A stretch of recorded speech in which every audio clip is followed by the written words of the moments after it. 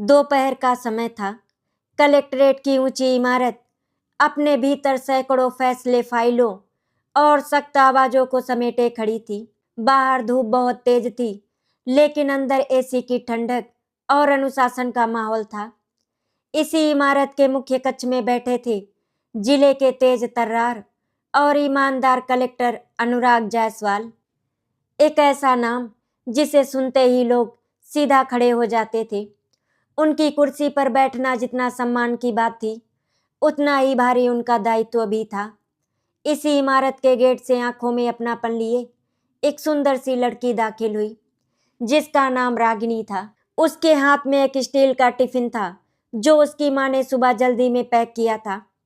अनुराग जी भाग दौड़ में अपना लंच घर पर ही भूल गए थे।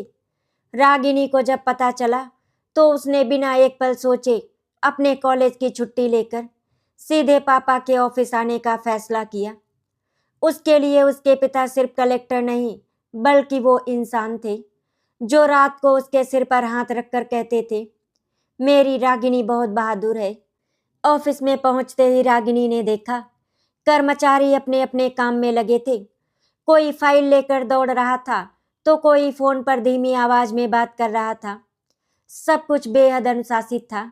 जैसे ही वो कलेक्टर के कक्ष में पहुंची, अनुराग जी के चेहरे पर थकान के बावजूद एक सुकून भरी मुस्कान फैल गई। उन्होंने कुर्सी से उठकर बेटी को पास बुलाया। मुझे पता था रागिनी, तुम जरूर आओगी। ये सुन के रागिनी की आंखों में चमक आ गई। दोनों ने साथ बैठकर लंच खोला। वही साधारण सा घर का खाना, दाल सब्जी रोटी। लेकिन उस कमरे में उस सुबह वो भोजन किसी दावत से कम नहीं था। पिता और बेटी के बीच हल्की फुल्की बातें हो रही थी। रागिनी कॉलेज के किस्से सुना रही थी और अनुराग जी बीच बीच में हंसते हुए उसे समझा रहे थे कि जिंदगी में ईमानदारी सबसे बड़ी ताकत होती है। तभी अचानक कक्ष का दरवाजा जोर से खुला। एक फटे पुराने कपड़ों में लिपटा हुआ एक भिखारी जबरदस्ती अंदर घुस आया। बाहर तैनात सुरक्षा कर्मी कुछ समझ पाते उससे पहले ही वो व्यक्ति अंदर आ चुका था। कमरे का माहौल पल भर में बदल गया। रागिनी डरकर अपनी कुर्सी से थोड़ी पीछे हट गई। उसे लगा अब पापा गुस्सा होंगे और गार्ड को बुलाएंगे, शायद उस आदमी को बाहर भी निकलवा देंगे। लेकिन जो हुआ उसने रागिनी की पूरी दुनिया हिला दी। कलेक्टर अनुराग जायसवाल ने अपनी प्लेट वहीं छोड़ दी। उनके हाथ कांप गए। उनकी आंखें उस भिखारी पर टिक गईं, वो भी ऐसी निगाह से जैसे उन्होंने किसी अपने को वर्षों बाद देखा हो। अगले ही पल वो अपनी कुर्सी से उठे और तेज कदमों से उस आदमी की ओर बढ़ गए। और फिर एक ऐसा दृश्य सामने आया जिसे देखकर रागिनी की सांसें रुक गईं। अनुराग जायसवाल जिले के सबसे बड़े अधिकारी होकर उस भिखारी के पैरों में झुक गए। उन्होंने दोनों हाथ जोड़कर उसके पैर छू लिए। पूरा कमरा सन्नाटे में डूब गया। फाइलें, कुर्सियां, दीवारें सब जैसे जड़ हो गईं। रागिनी की आंखें फटी की फटी रह गईं। उसका दिमाग सुन्न पड़ गया। उसे समझ ही नहीं आया कि ये क्या हो रहा है। पापा बोलते हुए उसके होंठ कांपे, लेकिन आवाज गले में ही अटक गई। भिखारी भी हड़बड़ा गया। उसने तुरंत अनुराग जी को उठाने की कोशिश की, लेकिन अनुराग जी की आंखों में आंसू थे। ऐसे आंसू जो किसी गहरे दर्द, किसी पुराने कर्ज और किसी दबे हुए सच की गवाही दे रहे थे।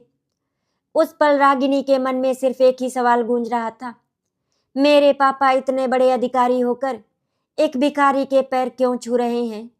उस दिन उस कमरे में रागिनी के सामने सिर्फ एक नहीं, बल्कि उसके पिता की पूरी जिंदगी का सबसे बड़ा रहस्य खड़ा था। फटे कपड़ों में लिपटा हुआ लेकिन बेहद भारी कच्छ में पसरा सन्नाटा इतना गहरा था कि रागिनी को अपनी ही धड़कनों की आवाज साफ सुनाई दे रही थी।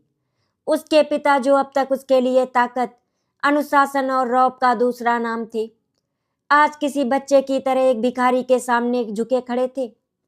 उनकी आंखों से बहते आंसू उस सरकारी फर्श पर गिर रहे थे जिस पर न जाने कितने बड़े बड़े फैसलों की गूंज बसी थी। रागिनी का मन बार बार यही कह रहा था कि ये कोई सपना हो, कोई गलतफहमी हो, लेकिन सामने खड़ा सच बहुत ठोस था। भिखारी ने घबराकर अनुराग जी के कंधे थाम लिए उसकी आवाज कांप रही थी। साहब, ये आप क्या कर रहे हैं? मैं आपके पैर छूने आया था, आप मेरे नहीं। उसकी आवाज में भीगापन, शर्म और कहीं न कहीं एक पुराना अपनापन भी था। अनुराग जी ने सिर उठाकर उसकी ओर देखा। उनकी आंखों में अफसर की शक्ति नहीं बल्कि एक बेटे की बेबसी थी। आज भी वही हो तुम।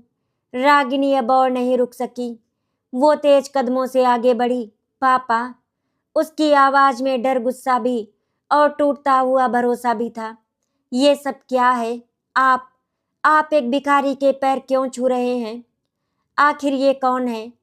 उसका सवाल पूरे कमरे में गूंज रहा था। बाहर खड़े कर्मचारी भी भीतर झांकने लगे थे, लेकिन किसी की हिम्मत नहीं हो रही थी कि अंदर आके कुछ पूछ सके। अनुराग जी ने धीरे से भिखारी का हाथ पकड़ा और उनको सोफे पर बिठाया। खुद भी उसके सामने वाली कुर्सी पर बैठ गए। उन्होंने गहरी सांस ली, ऐसी सांस जैसे बीते 40 सालों का बोझ एक ही पल में सीने पर आ गया हो। रागिनी, उन्होंने बेटी को नाम लेकर नहीं बल्कि एक अजीब सी गंभीरता से पुकारा। आज अगर तुम यहाँ ना होती तो शायद ये सच फिर कुछ और साल दबा रहता, लेकिन अब समय आ गया है सच के आने का। भिखारी की आंखों में भी आंसू बहने लगे।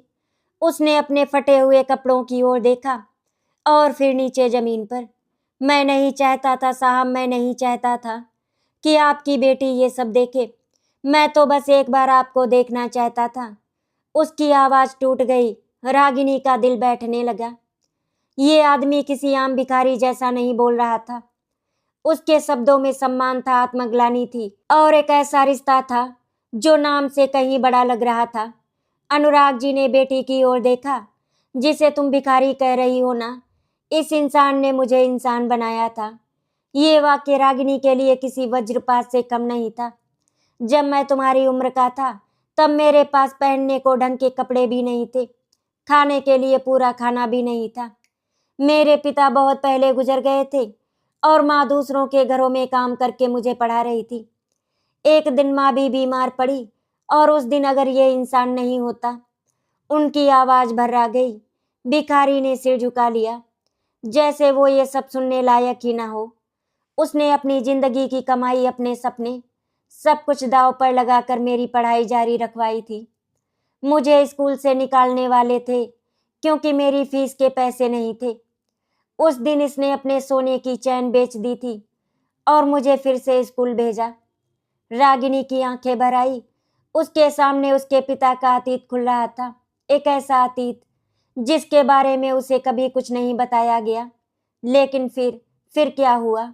उसने धीमे से पूछा। अनुराग जी ने आंखें बंद कर ली। फिर जिंदगी ने करवट बदली।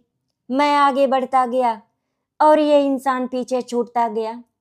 हालात ने इसे यहाँ पहुंचा दिया और मुझे वहां। उन्होंने अपनी कुर्सी की ओर इशारा किया।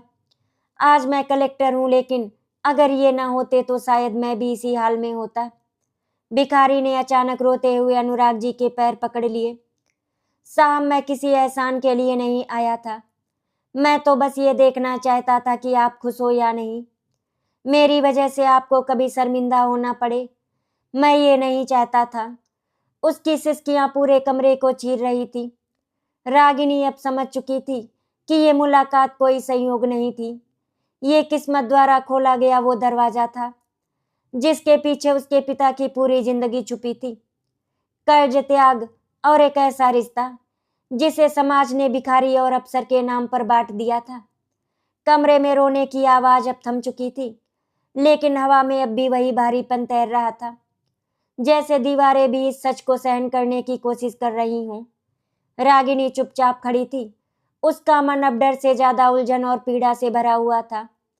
जिन हाथों को उसने हमेशा मजबूत और अडिग माना था, आज वही हाथों को कांपते हुए उसने देखा था। उसके पिता अब सिर्फ एक कलेक्टर नहीं रहे थे, वे एक ऐसे इंसान बनकर सामने खड़े थे जो अपने अतीत के बोझ से झुके हुए थे। अनुराग जायसवाल ने पानी का गिलास उठाया, लेकिन होठों तक ले जाकर फिर नीचे रख दिया। रागिनी, उन्होंने धीमी लेकिन भारी आवाज में कहा, जिस इंसान के सामने मैं आज झुका उसका नाम है श्यामलाल।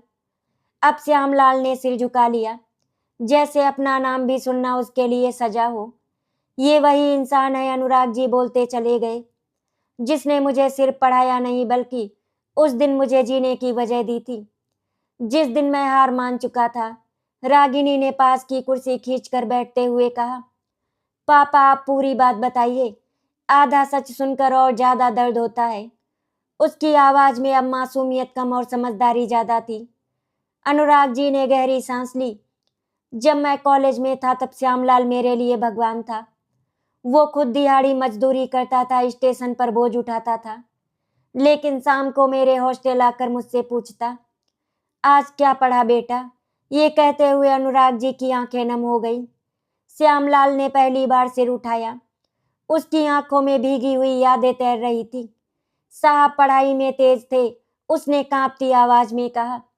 मुझे लगता था अगर ये आगे बढ़ गए तो मेरी जिंदगी भी सफल हो जाएगी। उस एक वाक्य ने रागिनी के दिल को चीर दिया। उसे एहसास हुआ कि कुछ लोग अपनी जिंदगी इसीलिए नहीं जीते क्योंकि वे किसी और की जिंदगी को सफल बनाना चाहते हैं। अनुराग जी ने कहानी आगे बढ़ाई। फिर एक दिन मेरी नौकरी लगी और पहली पोस्टिंग मिली। मैं बहुत खुश था। मैंने सोचा था अब श्यामलाल को अपने साथ रखूंगा और उसकी जिंदगी बदल दूंगा। उन्होंने पल भर रुक कर कहा, लेकिन तभी मेरी माँ फिर बीमार पड़ी। घर की जिम्मेदारियां, समाज की बातें, अफसर बनने का घमंड, सब कुछ मेरे सिर पर चढ़ता चला गया। उनकी आवाज में खुद से नफरत साफ झलक रही थी। मैंने श्यामलाल से दूरी बना ली। लोगों ने कहा, अफसर बनकर एक मजदूर को साथ रखना ठीक नहीं लगता, और मैं उनकी बातों में आ गया। रागिनी की आंखों से आंसू बहने लगे। वो समझ रही थी कि ये सिर्फ एक गलती नहीं थी बल्कि एक ऐसा मोड़ था जिसने दो जिंदगियों को अलग अलग दिशाओं में धकेल दिया। श्यामलाल ने भारी मन से कहा, मैंने कभी शिकायत नहीं की साहब। मुझे लगा अब आप बड़े हो गए हैं, आपकी दुनिया बदल गई है, इसीलिए मैं वहीं रुक गया। उसके शब्दों में कोई आरोप नहीं था, बस एक थका हुआ स्वीकार था। आगे श्यामलाल बोला, फिर कुछ समय के बाद मेरी तबीयत खराब रहने लगी। काम छूट गया, घर छूट गया और धीरे धीरे सब कुछ छूट गया। उसने अपने फटे कपड़ों की ओर देखा। आज मैं इस हाल में हूँ। कमरे में फिर सन्नाटा छा गया। रागिनी का दिल जोर जोर से धड़क रहा था। उसे लग रहा था कि ये कहानी सिर्फ उसके पिता की नहीं बल्कि उस पूरे समाज की है जो काम निकल जाने के बाद रिश्तों को बोझ समझने लगता है। तो आप आज यहाँ क्यों आए? रागिनी ने साहस जुटाकर पूछा। श्यामलाल ने उसकी ओर देखा। उसकी आंखों में पिता जैसा स्नेह था। बेटी, मैं मरने से पहले बस ये देखना चाहता था कि मेरा अनुराग ईमानदार है, खुश है। मैंने अखबार में उसकी फोटो देखी थी, ईमानदार कलेक्टर अनुराग जायसवाल। तब लगा कि मेरी मेहनत बेकार नहीं गई। यही सुनते ही अनुराग जी की आंखों से आंसू छलक पड़े। उन्होंने हाथ जोड़कर कहा, लेकिन मेरी सबसे बड़ी नाकामी यही है श्यामलाल कि मैं तुम्हें इस हाल में छोड़ आया। रागिनी अचानक खड़ी हो गई। उसके भीतर कुछ टूट भी रहा था और कुछ जन्म भी ले रहा था। उसने दृढ़ स्वर में कहा, पापा अगर आप सच में ईमानदार हैं तो ये कहानी यही नहीं खत्म हो सकती। अनुराग जी ने चौंक कर बेटी की ओर देखा। अब सवाल सिर्फ आपके अतीत का नहीं है, अब सवाल है अब आप क्या करेंगे। उसकी आंखों में आज एक बेटी नहीं बल्कि एक सख्त सच्चाई खड़ी थी। और उसी पल अनुराग जायसवाल को एहसास हुआ कि शायद असली परीक्षा अब शुरू होने वाली है, कलेक्टर की नहीं, एक इंसान की। रागिनी के शब्द हवा में तैरते नहीं रहे, सीधे अनुराग जायसवाल के दिल में उतर गए। वो कुर्सी जिस पर बैठकर वो रोज सैकड़ों फैसले लेते थे, आज उन्हें अचानक बहुत छोटी लगने लगी। सामने बैठा श्यामलाल, फटे कपड़ों में, झुकी हुई कमर और थकी आंखों के साथ, उन्हें अपनी ही परछाई जैसा लग रहा था। एक ऐसी परछाई जो अगर समय ने थोड़ा और बेरहमी दिखाई होती तो शायद आज वही अनुराग जायसवाल होते। अनुराग जी धीरे धीरे उठे। उन्होंने अपनी कुर्सी की ओर देखा, फिर मेज पर रखी फाइलों की ओर, और फिर रागिनी की आंखों में झांका। उन आंखों में सवाल था, लेकिन उससे कहीं ज्यादा उम्मीद थी। उन्होंने गहरी सांस ली और कहा, तुम ठीक कह रही हो रागिनी। अगर मैं आज भी चुप रह गया तो मेरी ईमानदारी सिर्फ कागजों तक सिमट कर रह जाएगी। ये कहते हुए उनकी आवाज में वो दृढ़ता लौट आई जिसके लिए पूरा जिला उन्हें जानता था। उन्होंने तुरंत अपने पीए को बुलाया। तुरंत समाज कल्याण विभाग के अधिकारी को बुलाइए। उनका आदेश छोटा था लेकिन उसके पीछे का इरादा बहुत बड़ा। पीए ने चौंकते हुए उनकी ओर देखा, फिर बिना कुछ पूछे बाहर निकल गया। रागिनी समझ गई, पापा कोई औपचारिक मदद नहीं बल्कि जिंदगी बदलने वाला फैसला लेने वाले हैं। श्यामलाल घबरा गया। उसने हाथ जोड़ दिए। साहब, मैं किसी योजना, किसी कागज के लिए नहीं आया। मुझे कुछ नहीं चाहिए, उसने विनती की। उसकी आवाज में डर था, शायद इस बात का कि कहीं फिर से उसे मदद के नाम पर अपमान ना झेलना पड़े। अनुराग जी ने उसके पास जाकर उसका हाथ थाम लिया। आज पहली बार उन्होंने कहा, मैं तुम्हारे लिए कुछ नहीं बल्कि अपने लिए कुछ करने जा रहा हूँ। इतने में बाहर शोर बढ़ने लगा। किसी कर्मचारी ने बात फैला दी थी, कलेक्टर साहब ने एक भिखारी को अंदर बैठा रखा है। कुछ की निगाहों में हैरानी थी और कुछ में उपहास। सिस्टम को आदत नहीं होती कि वो अपने बनाए हुए दर्जों को टूटते हुए देखे। रागिनी ने देखा कि दरवाजे के बाहर कुछ अफसर फुसफुसा रहे हैं। उसे गुस्सा आया लेकिन उससे ज्यादा दृढ़ निश्चय। समाज कल्याण अधिकारी अंदर आए। अनुराग जी ने बिना भूमिका के कहा, ये व्यक्ति मेरे साथ रहेगा। इसके इलाज, रहने और सम्मानजनक जीवन की पूरी जिम्मेदारी जिला प्रशासन लेगा। अधिकारी हड़बड़ा गया। सर, नियमों में नियम इंसानों के लिए नहीं होते। अनुराग जी ने बीच में ही कहा, इंसान नियमों के लिए नहीं। कमरे में एक पल के लिए फिर वही सन्नाटा छा गया। श्यामलाल की आंखों से आंसू बह निकले। उसने रागिनी की ओर देखा। बेटी, मैंने तुम्हारे पापा को बड़ा आदमी बनाया था, लेकिन आज तुमने साबित कर दिया कि उन्होंने तुम्हें उससे भी बड़ा इंसान बनाया है। रागिनी की आंखें भर आई, लेकिन इस बार ये आंसू कमजोरी के नहीं बल्कि गर्व के थे। बाहर की फुसफुसाहट अब सवालों में बदलने लगी थी। क्या कलेक्टर अपने निजी रिश्ते के लिए पद का दुरुपयोग कर रहे हैं? क्या ये मिसाल ठीक है? अनुराग जायसवाल को इसका अंदाजा था। उन्होंने जानबूझकर ये रास्ता चुना था क्योंकि कुछ लड़ाइयां फाइलों से नहीं बल्कि अपने नाम और प्रतिष्ठा को दांव पर लगाकर लड़ी जाती हैं। उस शाम जब ऑफिस बंद हुआ तो अनुराग जी श्यामलाल और रागिनी के साथ पैदल ही बाहर निकले। पहली बार उन्होंने सरकारी गाड़ी का इंतजार नहीं किया। बाहर खड़े लोग ये दृश्य देख रहे थे। कलेक्टर, उनकी बेटी और एक भिखारी एक साथ बराबरी से चलते हुए। उस पल कई लोगों के मन में सवाल पैदा हुआ और कई के दिल में शर्म। रागिनी ने मन ही मन समझ लिया था, आज उसके पिता ने सिर्फ एक इंसान की जिंदगी नहीं बदली बल्कि एक पूरी सोच को चुनौती दे दी थी। लेकिन उसे ये भी पता था, असली परीक्षा अभी बाकी है, क्योंकि समाज सवाल पूछेगा, मीडिया उछालेगा और सिस्टम जवाब मांगेगा। अगली सुबह कलेक्ट्रेट की इमारत वैसी नहीं थी जैसी हर रोज होती थी। गलियारों में चलने वाली धीमी धीमी पदचापों की जगह आज कानाफूसी थी और फाइलों की सरसराहट की जगह सवालों की खड़खड़ाहट। रागिनी ने जैसे ही ऑफिस के बाहर कुछ अखबार देखे, उसके कदम ठिठक गए। पहले पन्ने पर मोटे अक्षरों में छपा था, क्या कलेक्टर ने पद का निजी इस्तेमाल किया।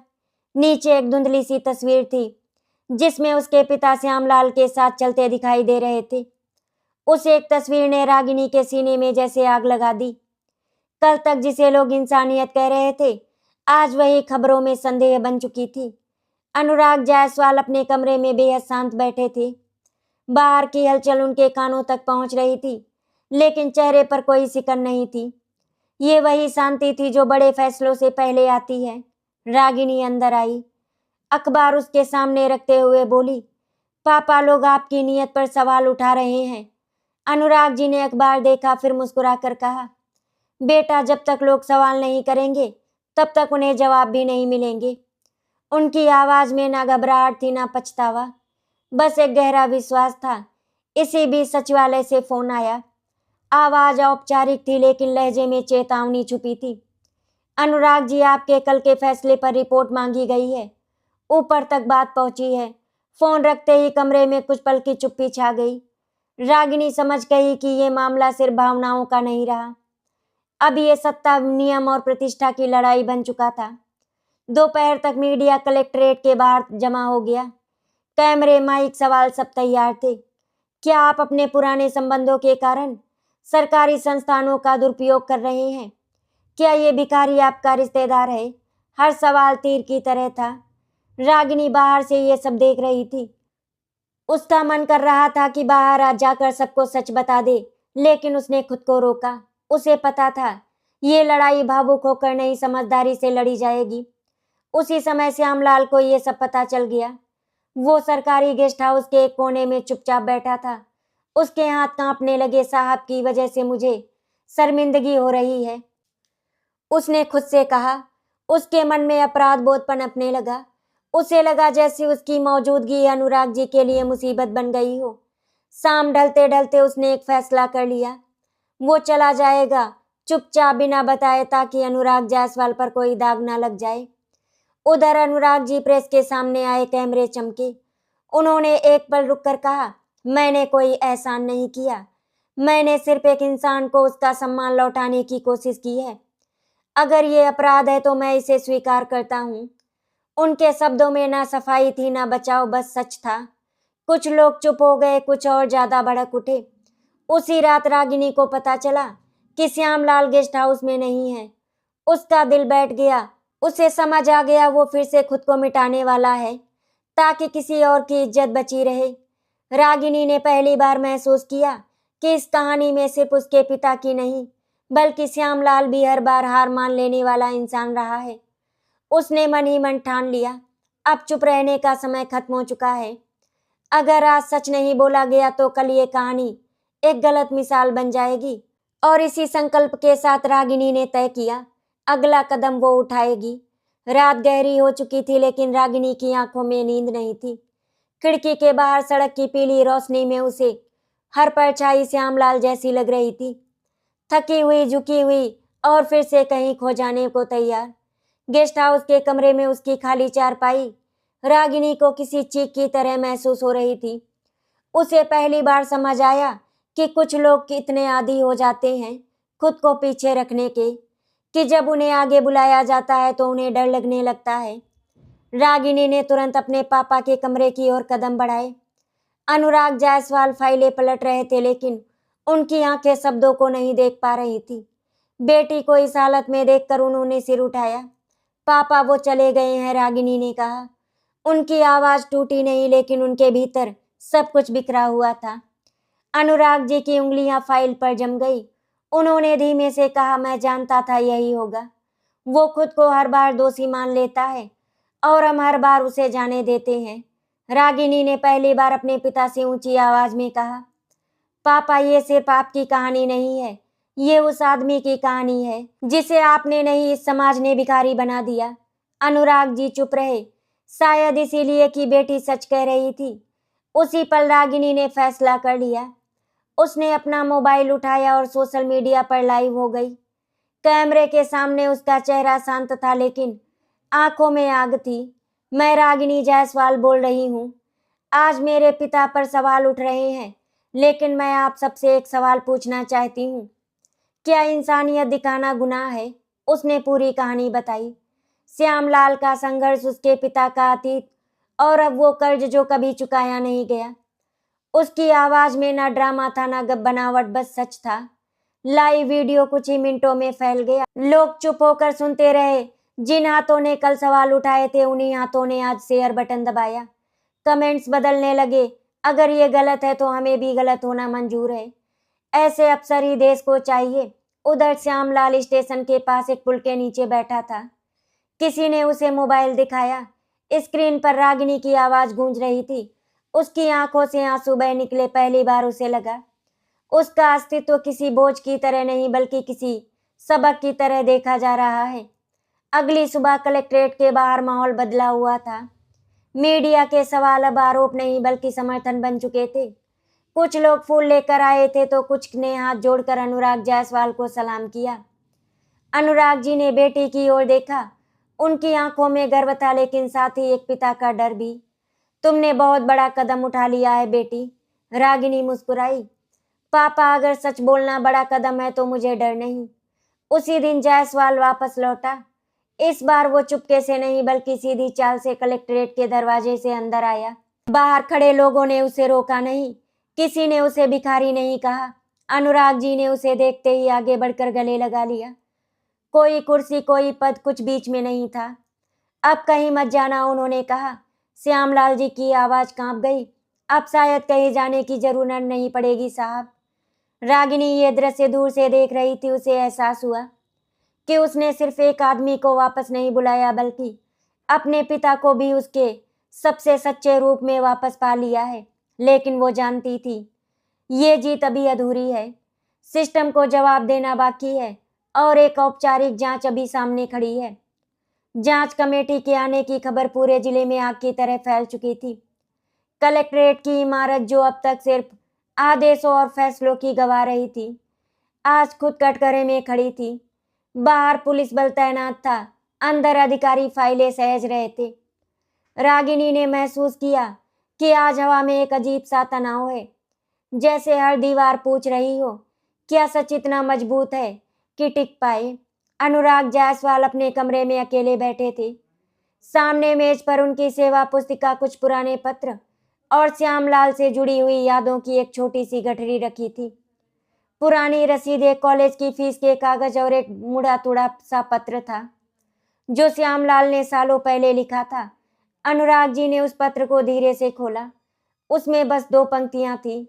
बेटा, पढ़ते रहना, एक दिन तू बहुत लोगों की तकदीर बदलेगा। उनकी आंखें नम हो गईं। आज वही पंक्तियां उसके सबसे बड़े सबूत बनने वाली थीं। कमेटी के सदस्य अंदर आए। सवाल शुरू हुए, कठोर, औपचारिक और कहीं कहीं चुभते हुए। क्या आपने व्यक्तिगत संबंधों के कारण सरकारी संसाधनों का उपयोग किया? क्या आपने नियमों से बाहर जाकर निर्णय लिया? हर सवाल के साथ कमरे का तापमान बढ़ता जा रहा था। अनुराग जी ने एक एक जवाब दिया, बिना आवाज ऊंची किए, बिना किसी बहाने के। उन्होंने कहा, हाँ, मैंने फैसला भावनाओं से लिया, लेकिन मैंने कोई पैसा अपने लिए नहीं, बल्कि एक बेसहारा नागरिक के सम्मान के लिए इस्तेमाल किया। रागिनी बाहर बैठी ये सब सुन रही थी। उसके हाथ ठंडे हो गए थे, लेकिन मन अडिग था। उसे पता था आज उसके पिता सिर्फ अफसर नहीं, बल्कि एक मिसाल के रूप में जांचे जा रहे थे। उधर श्यामलाल को भी बुलाया गया। वो पहली बार साफ कपड़ों में था, लेकिन आंखों में वही झिझक थी। उसने कमेटी के सामने सब कुछ बता दिया। कैसे उसने अपनी जिंदगी अनुराग की पढ़ाई के लिए लगा दी और कैसे समाज ने धीरे धीरे उसे हाशिए पर धकेल दिया। मैंने कभी कुछ मांगा नहीं, आज भी नहीं मांग रहा। अगर साहब को सजा मिले तो मुझे उससे ज्यादा दर्द होगा। कमेटी के एक सदस्य ने रागिनी से भी सवाल किया, आपने सोशल मीडिया पर लाइव जाकर जांच को प्रभावित करने की कोशिश क्यों की? रागिनी ने शांत स्वर में जवाब दिया, क्योंकि जब सच को दबाया जाता है तो आवाज बनना जरूरी हो जाता है। मैंने किसी को उकसाया नहीं, मैंने सिर्फ कहानी सुनाई। उसके शब्दों में ना डर था, ना अहंकार, बस साफ नियत थी। घंटों चली सुनवाई के बाद कमेटी बाहर चली गई। वो इंतजार का समय सबसे भारी था। हर मिनट रागिनी को 1 घंटे जैसा लग रहा था। अनुराग जी खिड़की से बाहर देख रहे थे, उसी सड़क को जहां कभी श्यामलाल बोझ उठाकर चलता था। अगर आज मुझे पद छोड़ना पड़ा तो मुझे कोई अफसोस नहीं होगा। रागिनी ने उनका हाथ पकड़ लिया। पापा, आज आपने मुझे सिखा दिया कि पद से बड़ा चरित्र होता है। शाम ढलते ढलते फैसला आया। कमेटी ने माना कि नियत में कोई भ्रष्टाचार नहीं था और निर्णय को असाधारण परिस्थितियों में लिया गया। मानवीय कदम बताया। अनुराग जायसवाल को चेतावनी मिली, लेकिन साथ ही उनके साहस और ईमानदारी की सराहना भी। रागिनी की आंखों से आंसू बह निकले, इस बार राहत के। लेकिन इस फैसले के साथ एक और सच्चाई सामने आई। समाज ने भले ही आज तालियां बजा दी हो, लेकिन कल फिर वही समाज भूल सकता है। और रागिनी समझ चुकी थी कि ये लड़ाई सिर्फ एक केस की नहीं, बल्कि सोच बदलने की है। उस रात उसने छत पर खड़े होकर आसमान की ओर देखा और खुद से कहा, अगर एक कहानी सच से शुरू होती है तो उसका अंत जिम्मेदारी से होना चाहिए। फैसला आ चुका था, लेकिन उसके बाद जो खालीपन आया वो किसी परीक्षा के खत्म होने जैसा नहीं था, बल्कि एक नई जिम्मेदारी की शुरुआत जैसा था। कलेक्ट्रेट में धीरे धीरे रोजमर्रा की चहल पहल लौट आई थी। उधर अनुराग जायसवाल के भीतर कुछ बदल चुका था। अब हर फाइल उठाते समय उन्हें श्यामलाल का चेहरा याद आता। वो चेहरा जिसे समाज ने इतना पीछे धकेल दिया कि एक दिन उसे भिखारी का नाम दे दिया गया। श्यामलाल अब गेस्ट हाउस के उस कमरे में था जहां वो कभी खुद को बोझ समझकर दुबका रहता था। अनुराग जी ने उसे जिला पुनर्वास केंद्र के पास बने एक छोटे से सरकारी क्वार्टर में शिफ्ट कराया था। पहली बार उसके पास एक बिस्तर था, बंद होने वाला दरवाजा और अपने नाम का बोर्ड था। जब उसने वो बोर्ड देखा, श्यामलाल देख रेख सहायक, तो उसकी आंखों से आंसू आ गए। साहब, उसने कांपती आवाज में कहा, इतना सम्मान मैंने कभी सपने में भी नहीं सोचा था। अनुराग जी ने उसके कंधे पर हाथ रखा। ये सम्मान तुम्हारा हक है, कोई एहसान नहीं। ये वाक्य श्यामलाल के लिए किसी दवा से कम नहीं था। सालों की टुकराहट के घाव जैसे पहली बार भरने लगे। रागिनी ये सब चुपचाप देख रही थी। उसने महसूस किया कि सम्मान सिर्फ बड़े ऐलान से नहीं बल्कि छोटे छोटे फैसलों से आता है। उसने खुद पहल की, स्थानीय कॉलेज के छात्रों के साथ मिलकर एक छोटा सा अभियान शुरू किया जहां वे बेघर लोगों के लिए पहचान पत्र, स्वास्थ्य जांच और कौशल प्रशिक्षण की व्यवस्था करने लगी। वो जानती थी कि एक श्यामलाल को बचाना काफी नहीं, असली जीत तब होगी जब ऐसे हालात पैदा ही ना हो। लेकिन हर बदलाव आसान नहीं होता। कुछ अधिकारी अब भी कानाफूसी करते, कलेक्टर साहब भावुक हो गए हैं तो कुछ और कहते, एक मिसाल काफी है, अब और नहीं। अनुराग जायसवाल इन बातों को सुनते और मुस्कुराते थे और फिर अगले आदेश पर दस्तखत कर देते थे, मानवीय, स्पष्ट और नियमों के भीतर। उन्होंने नियमों को मोड़ा नहीं, उन्होंने उन्हें इंसान के करीब लाकर रखा। इसी बीच श्यामलाल की सेहत में सुधार होने लगा। नियमित इलाज, समय पर खाना और सबसे बढ़कर सम्मान, इन तीनों ने मिलकर उसे फिर से खड़ा कर दिया। एक दिन उसने रागिनी से कहा, बेटी, अब मैं किसी के सामने हाथ नहीं फैलाता, अब मैं सीधा खड़ा होकर बात कर सकता हूँ। रागिनी की आंखें भर आई। उसे लगा शायद यही जीत है। रागिनी का अभियान धीरे धीरे पहचान बनाने लगा था। शहर के कुछ युवा उसके साथ जुड़ गए थे। कोई डॉक्टर बनकर स्वास्थ्य जांच करता, कोई वकील बनकर कागजी मदद करता, तो कोई बैठकर उन बेघर लोगों की बातें सुनता जिन्हें सालों से किसी ने सुना ही नहीं था। ये सब शोर शराबे के बिना हो रहा था, लेकिन असर गहरा था। यही असर कुछ लोगों को चुभने लगा। नगर के कुछ प्रभावशाली लोगों ने इसे अव्यवस्था फैलाने वाला काम कहना शुरू कर दिया। दबी आवाज में कहा जाने लगा, कल तक जो लोग सड़क पर थे आज दफ्तर में घुस रहे हैं। अनुराग जायसवाल को उसकी खबर थी। उन्हें पता था जब व्यवस्था बदलती है तो सबसे पहले वे लोग परेशान होते हैं जिनकी सुविधा उसी व्यवस्था से जुड़ी होती है। एक दिन सचिवालय से फिर नोटिस आया। इस बार भाषा सख्त थी।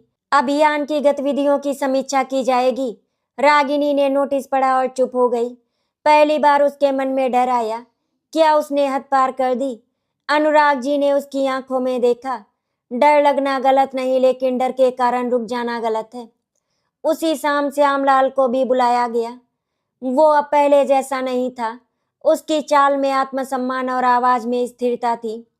अगर मेरी वजह से ये सब बंद करना पड़े तो मैं फिर पीछे हट जाऊंगा। रागिनी ने तुरंत मना कर दिया। नहीं काका, आप पीछे नहीं हटेंगे, क्योंकि अगर आप हटे तो हम सब हार जाएंगे। समीक्षा बैठक में सवाल जवाब हुए। कुछ लोग तंज कस रहे थे, कुछ आंकड़ों की आड़ में इंसान को भूल गए थे। रागिनी ने पहली बार सरकारी भाषा में शांत लेकिन दृढ़ स्वर में कहा, ये अभियान व्यवस्था के खिलाफ नहीं, ये उस खाली जगह को भरने की कोशिश है जहां व्यवस्था अब तक पहुंची ही नहीं। कमरे में कुछ पल की चुप्पी छा गई। अनुराग जायसवाल ने समर्थन में सिर्फ एक वाक्य कहा, अगर आज हम इन लोगों को पहचान देंगे तो कल यही लोग समाज को पहचान देंगे। बहस खत्म नहीं हुई, लेकिन दिशा बदल गई। उस रात श्यामलाल अपने कमरे में देर तक बैठा रहा। उसने अपने पुराने कपड़े निकाले, उन्हें तय किया और मन ही मन कहा, अब ये मेरी पहचान नहीं है। उसने खिड़की से बाहर देखा। वही शहर, वही सड़कें, लेकिन आज उसे पहली बार लगा कि ये शहर उसका भी है। रागिनी छत पर खड़ी थी, हवा में ठंडक थी, लेकिन उसके भीतर एक गर्मी थी, संघर्ष की, जिम्मेदारी की। उसने महसूस किया कि बदलाव कोई एक दिन का काम नहीं होता। ये रोज खुद से पूछा जाने वाला सवाल है, क्या मैं आज भी वही कर रही हूँ जो सही है? सुबह का सूरज कुछ अलग सा लग रहा था, जैसे वो भी ये देखने आया हो कि क्या आज जीतेगा। कागजों पर लिखे नियम या दिल में बसे हुए उसूल। कलेक्ट्रेट के सभागार में आज विशेष बैठक बुलाई गई।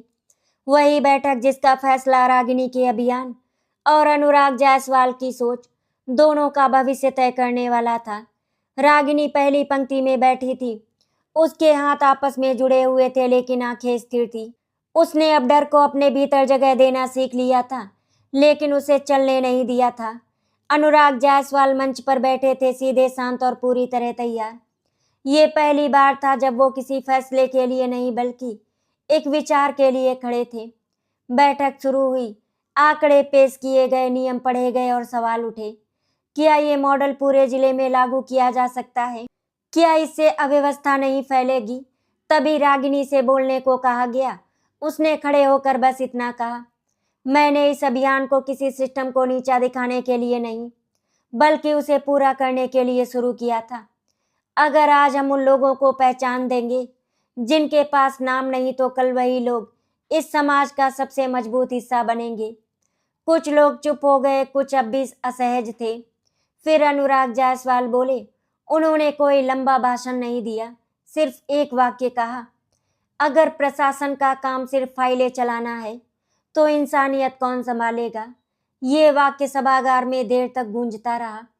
कुछ घंटों के विचार विमर्श के बाद फैसला आया। अभियान को आधिकारिक मान्यता दी गई। इतना ही नहीं, उसे पायलट प्रोजेक्ट के रूप में पूरे जिले में लागू करने का निर्णय लिया गया।